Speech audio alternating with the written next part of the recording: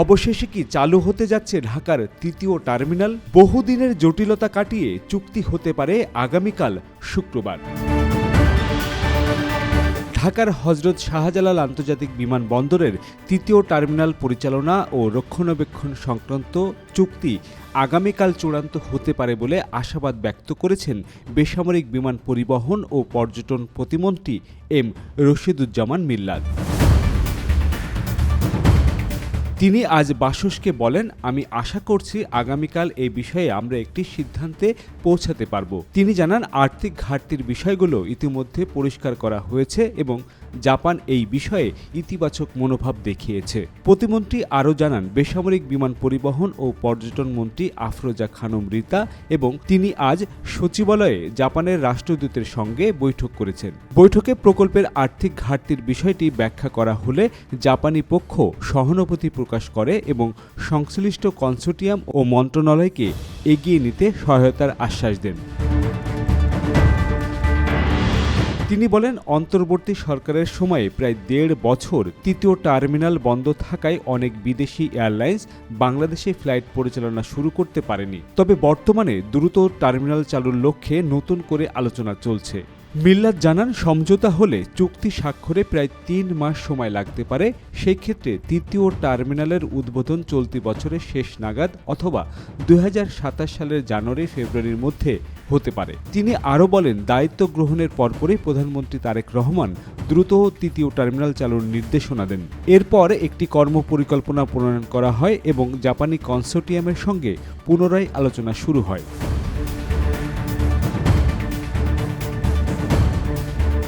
সাম্প্রতিক অগ্রগতির বিষয়ে তিনি জানান, গত ১৩ তারিখ পররাষ্ট্র মন্ত্রণালয়ে একটি বৈঠক অনুষ্ঠিত হয়। এরপর বেসামরিক বিমান চলাচল কর্তৃপক্ষে গত সোমবার ও মঙ্গলবার সংশোধিত প্রস্তাব নিয়ে আলোচনা হয়। বুধবার প্রকল্পের আর্থিক ঘাটতির বিষয়ে প্রতিমন্ত্রী ও মন্ত্রীকে ব্রিফিং দেওয়া হয়। চূড়ান্ত আলোচনা বৈঠক আগামীকাল বিকেল ৩টায় পররাষ্ট্র মন্ত্রণালয়ে অনুষ্ঠিত হওয়ার কথা রয়েছে। এতে বাংলাদেশের পক্ষ থেকে পররাষ্ট্রমন্ত্রী, বেসামরিক বিমান পরিবহন ও পর্যটন মন্ত্রী, প্রধানমন্ত্রীর পররাষ্ট্র বিষয়ক উপদেষ্টা, প্রতিমন্ত্রীসহ সংশ্লিষ্ট কর্মকর্তারা অংশ নেবেন। অপরদিকে জাপানের ভূমি, অবকাঠামো, পরিবহন ও পর্যটন মন্ত্রণালয়ের প্রতিনিধিরা, জাইকা এবং জাপানি কনসোর্টিয়ামের সদস্যরা বৈঠকে অংশ নেবেন।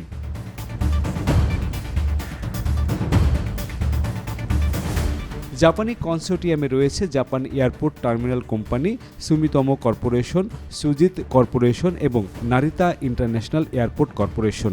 তারা সংশোধিত প্রস্তাবে খরচ কমিয়েছে, ফলে উভয় পক্ষের মধ্যে পার্থক্য অনেকটাই কমে এসেছে। জাপানের জাইকার অর্থায়নে প্রায় ২১,৩৯৮ কোটি টাকা ব্যয়ে নির্মিত এই তৃতীয় টার্মিনালটি আয়তন প্রায় ৫,৪২,০০০ বর্গমিটার। এটি চালু হলে বছরে অতিরিক্ত ১,২০,০০,০০০ থেকে ১,৬০,০০,০০০ যাত্রী এবং প্রায় ৯ লাখ টন কার্গো পরিবহন সক্ষমতা তৈরি হবে। তো ভিউয়ার্স, থার্ড টার্মিনাল পরিচালনায় জাপানের সঙ্গে সিভিল এভিয়েশনের চুক্তি করাটা কি জরুরি নাকি অন্য কোনো কোম্পানির সঙ্গে করা জরুরি? আপনার মতামতটি অবশ্যই আপনি কমেন্ট বক্সে লিখে জানাবেন। তো ভিউয়ার্স, আগামীকাল শুক্রবারের বৈঠকে কি সিদ্ধান্ত হয় তার আপডেট জানাতে হাজির হব আমি জুলহাস কবির। সে পর্যন্ত ভালো থাকুন, সুস্থ থাকুন, নিরাপদে থাকুন। From the runway to the skies, this is where our aviation story begins. Aircraft, airports, and thrilling journeys all in Bangla for the world. Discover the wonders of aviation, the known, the unknown, and the stories that make the skies come alive. And salute to Bangladesh's remittance warriors, our heroes abroad, keeping the nation moving forward. I am Jolhas Kabir. Welcome to the skies and to the stories that truly matter.